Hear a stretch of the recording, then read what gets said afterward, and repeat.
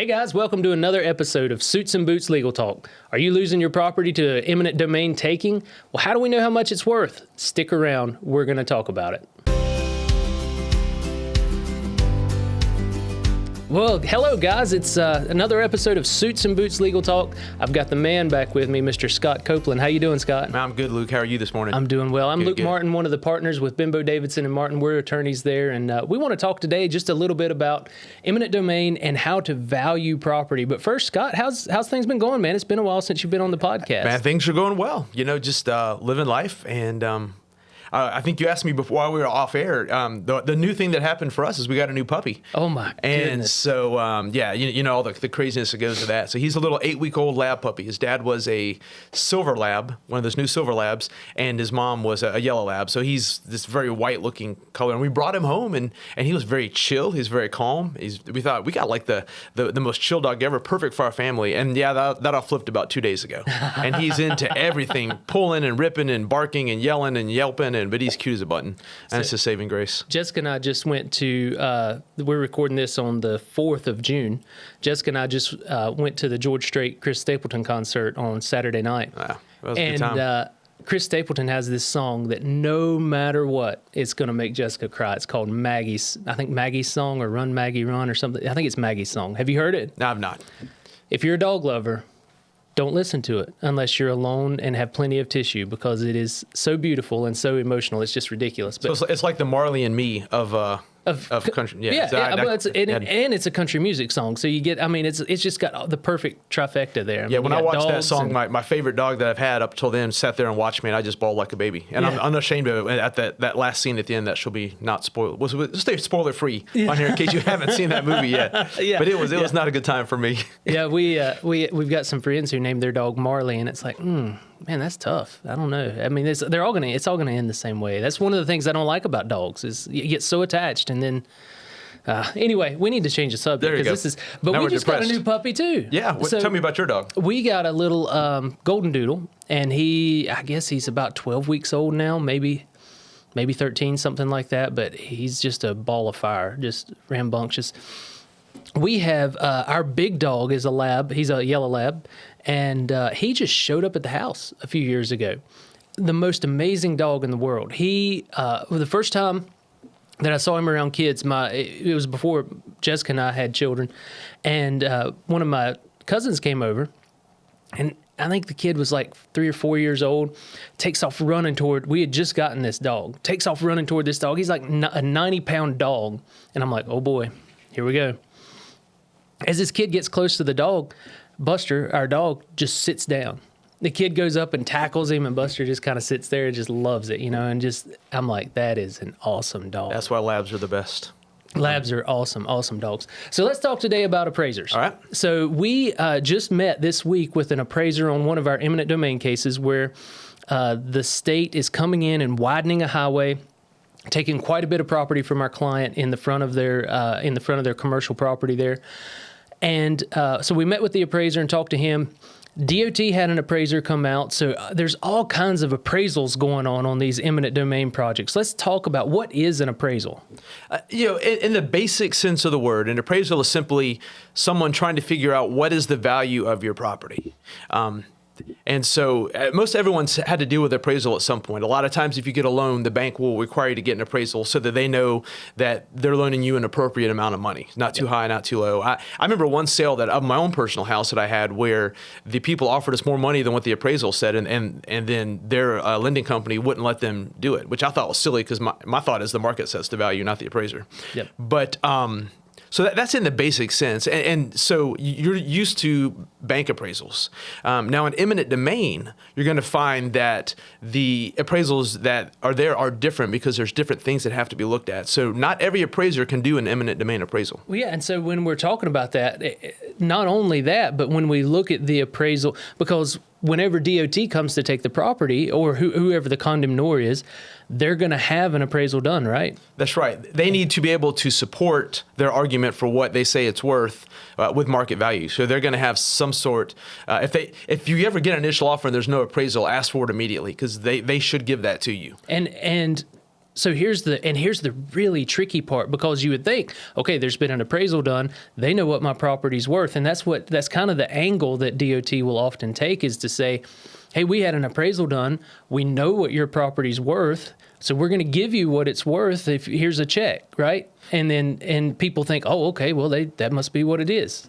You're right that that's what they do, yeah. But that doesn't mean that that's necessarily the value. Right. And what I always tell potential clients when they call in, they've got their appraisal and they say to me, I think this is too low. And I'll say, look, I said, appraisal is an art, not a science. It's not. Science is very easy to make it black and white. This is what an electron does, or whatever the science may be.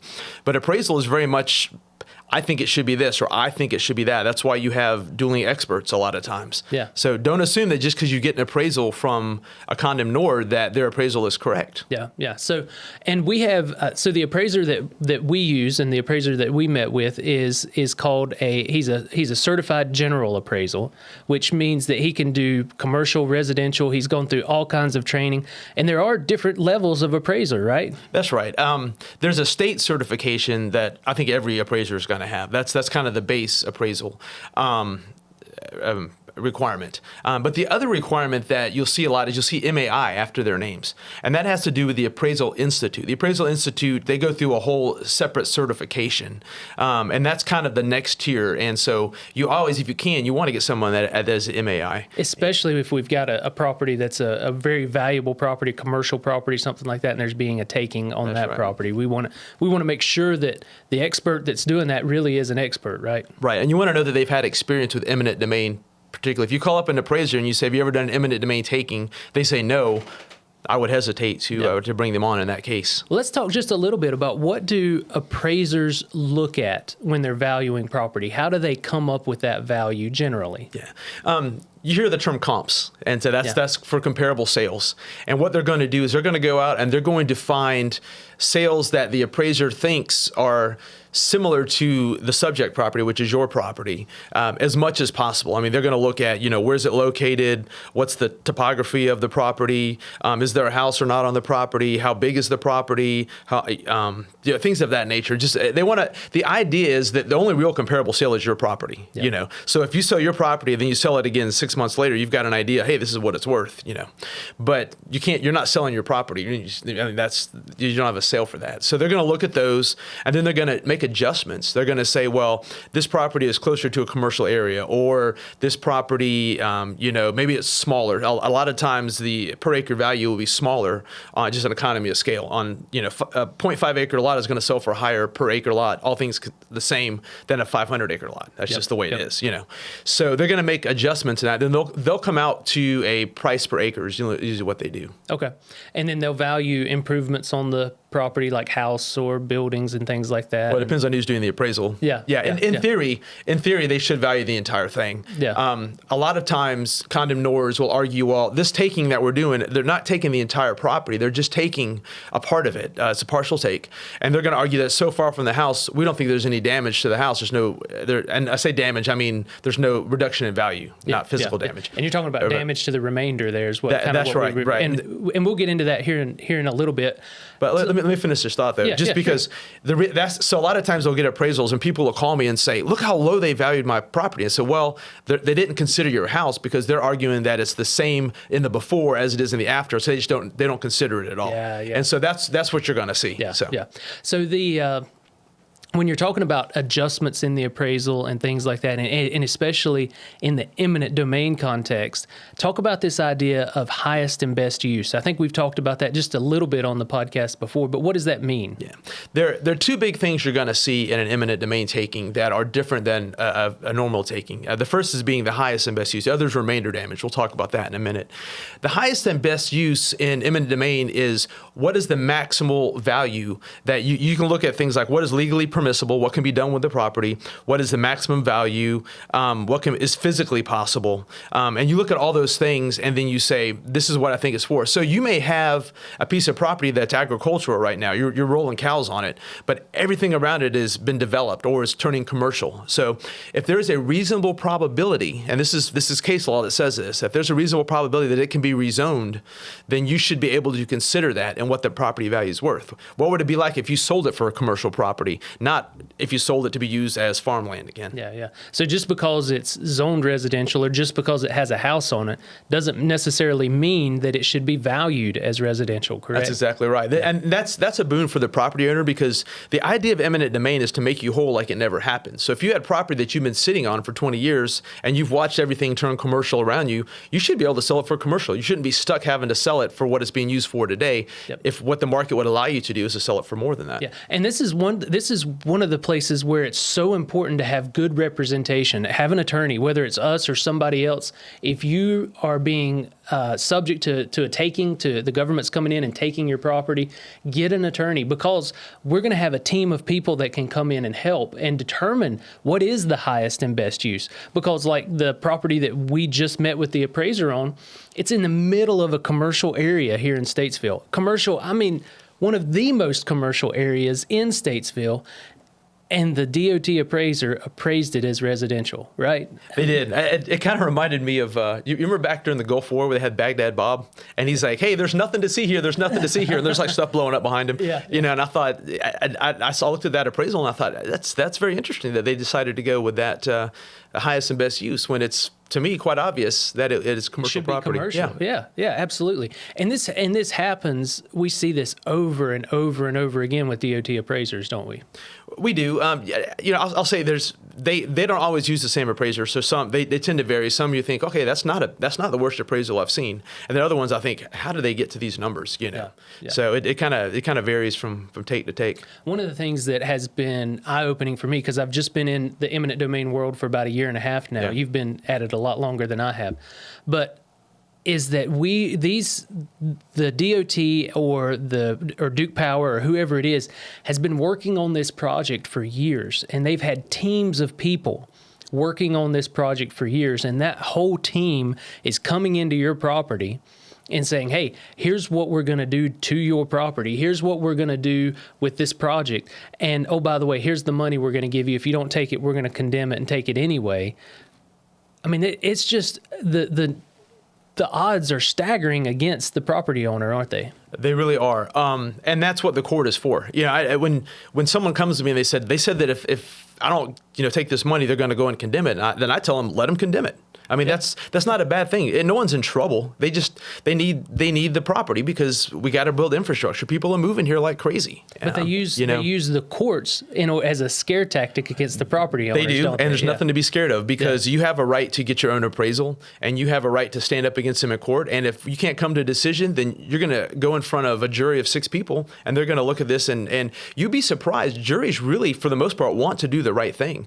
And if you bring in your appraiser, they bring in their appraiser, these juries often see, okay, I see why they're saying that this is not worth what the DOT says it is. And they a lot more often than not do the right thing and get you a fair market value. Yeah, if you're watching this in Iredell County or a rural county especially, and you've got to think, okay, these people are coming in to take my property.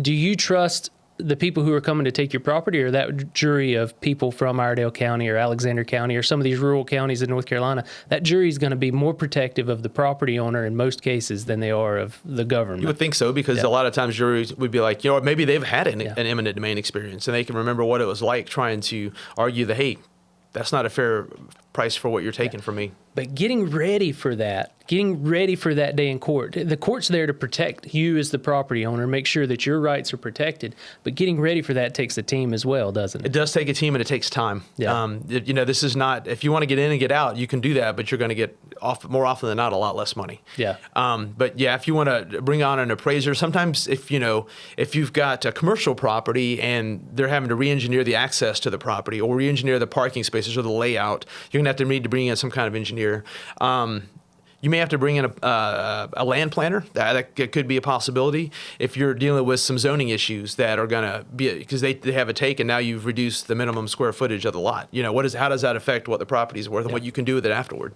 Yeah. So in the case that we were talking about earlier, one of the things we're doing is getting ready for mediation, and that's one reason we're having the appraisal done. We're getting ready to go into basically a big meeting with the DOT to try to settle this thing and come up with a value that our client can be happy with and DOT can be happy with. But to do that, you talked about the battle of the experts earlier. Talk a little bit about what that looks like. Yeah. So they're going to come in with their appraisal. You'll get that early on in the process, and you'll see that. And then from there, if you give that to us, we have something to work from, and we can say, okay, maybe they did couple things really well. Maybe the whole thing is just not a good appraisal at all, and you throw it out. But then you're going to bring in your own appraiser, and they're going to, more than likely than not, they're going to look at the DOT appraisal or the condemnor appraisal, and they'll say, okay, they didn't do this well. These are bad comps. These comps are too old. They're not really similar. And then you get your own appraiser, and then you go to mediation, for instance, and so you're going to present. They'll present their case, you'll present your case, and then you'll be in two separate places, and they'll immediately go back and forth, and you just make arguments. Yep. How strong is your case? If you really believe in your case, maybe you want to let it get pushed to trial, but or maybe if you want to go to trial. Some people, they take less money just because they don't want the hassle of having to deal with the litigation, and that's a personal choice. And when you talk about how strong your case is, that rests on how strong your team is. How good of an appraiser did you get? How good's your attorney? How good can you lay this argument out? And if you don't have an attorney and you don't have a good appraiser and you don't have all these things in place, it's really easy for that DOT team to really overwhelm you, isn't it? It is. I tell people all the time that sometimes they'll show up and they'll make it sound like they're doing you a favor by letting you sell your property to the DOT. Yeah. And I'm like, no, it's let's sit back and take a breath and let's look at this before we make any decisions and see. The good thing about having an attorney, one of the many things that would be good, is that we work with appraisers all the time. We know guys that are good at what they do. They're going to be conscientious. They have the experience that you need. And if they have to get on the stand, they're going to be able to explain what they need to explain to the jury in a way that's relatable to them. That's right. Yeah. So you definitely want that. And when we've talked about highest and best use and how just because it's residential doesn't mean that's the value that you should get. But then there's this thing that's it's a little abstract, maybe, the damage to the remainder. What is that, and how do we figure that out? So there's basically two kinds of takes or takings that you'll have. One's a whole take. They take the entire property, or for all practical purposes, the entire property. You may get left with a remnant, but it's useless. That's where a highway would go right through the middle of your living room. That's it. Right. Or and they're going to take all but maybe 0.1 acres of your 10-acre lot. So basically that's what we consider a whole take. But most takes are partial takes, and so you're going to find they're going to take maybe a strip of right of way at the front, and so it's going to move your property line back. And then more often than not, you're going to see some kind of utility easement that's going to be or drainage easement that's going to be right next to it, because they're taking whatever utility poles and they're putting them back onto your property. So you own that easement, and you get to pay taxes on it. But then they can use it for that. But then the question becomes, how does that taking affect the rest of the property? Let me give you, for instance, if you have a 2-lane road and then they decide to make it 4 lanes, now the road's closer to your house. And I would argue, and I think appraisers argue this as well, and the market shows that most people in America live on a 2-lane road, but most people don't want to live on a 4-lane road. Probably not. People with small kids. So you've lost a segment of the market. Therefore, the rest of your property is worth less money. You know, maybe the road's closer to your house now. There's increased noise, or maybe they've taken out a tree buffer. And now you can see the highway where before you couldn't see it. That's an aesthetic loss. And there's ways to value those. They're a little more abstract, but you can value those and say, I think the house is worth, 10% less now because of what the DOT has done. That's called remainder damage. And you don't see that often in the condemnor's appraisal. Every now and then I'll see one, I'll think, oh, they did it right, or at least they did closer to right, But that's what remainder damage is. It's just, how does this taking affect the property, the value of the rest of the property? Well, we've got a case that we're working on right now. I think we're getting close to settlement, but it's a commercial property, but they put a sewer line right through the front parking lot. Yeah. And that was not there before. And it really restricted the uses that you could make for that commercial property, right? That's right. Because now you've got, you can never build on that easement. So now you've lost developable area in your property. And then also you've got the fact that now people can come onto that easement. I mean, whoever the condemnor is now has the right to come on. They can come on there at 2 o'clock in the morning if they wanted to. Will they? Probably not, but they could. And so now you've got to deal with people being close to and it's a really big deal if it's a house, Yeah, so like that sewer easement goes across that commercial property, but then goes through one of our clients' backyards. Yeah. And do you really, what's it worth to you? How much do you charge that somebody could come into your backyard at any moment without asking and just start walking through your backyard any time of day? It's very much a privacy issue. Most people move, especially as we get closer out from like some of the major cities, they moved to the country for a reason. Yeah, and now here yeah. comes an eminent domain company, or a company that wants to do something, or not a company, but a governmental entity of some sort, or someone that's been delegated the power of eminent domain, and they want to do something. And now you've got people right literally in your backyard, and you can't do anything about it except look at them. You know, you need to be valued for that up front, because you get one shot. You know, 10 years down the road, if you find that to be a problem, it's too late. Yeah. We've got to handle this stuff when it happens, because once those easements are signed, once those documents are signed, it's over. That's right. And so that's why you need to call us sooner rather than later when you have these eminent domain cases. Get us on retainer. Get us authorized to talk to DOT, authorized to talk to the condemnor. That way we can start getting this case put together for you, because whoever's taking your property, whether it's Duke Power or Energy United or the DOT, it doesn't matter. They've been working on this for years, and it's time for us to start working on it. It's time for you to start working on it to make sure you're protected. Scott, anything else before we go, man? I think we've covered some good stuff today. So if you have questions about an offer that you got from a condemnor, if you hear that, hey, I've heard they're taking my property, just call us. You know, we'll be happy to try and look into the project for you and see what we know if we haven't heard about it already. A lot of times we've got some good resources to know what's going on with a project far before the time they even send out the right-of-way stuff. Earlier is way better than later. Yeah. And on these eminent domain things, if you have questions, if you need a consult with us, just give us a call. We don't charge for eminent domain consults. Right. We charge for other consults, but not eminent domain. So give us a call on that. We'll be happy to talk to you. We need to get in there and get started as soon as possible. So, guys, thanks so much for watching. Don't forget to like and subscribe to our YouTube channel, our Facebook page. We're going to be releasing these videos. You guys have seen them every week now. Typically every Thursday we're going to drop them. Hey, and look out for Tuesdays, because every now and then we might drop a surprise in there on Tuesday. So thanks so much for watching, guys, and you guys take care. The information contained in this video and audio recording is general in nature and should not be relied upon in making legal decisions. Every situation is different, and you should consult with your attorney before making any legal decisions.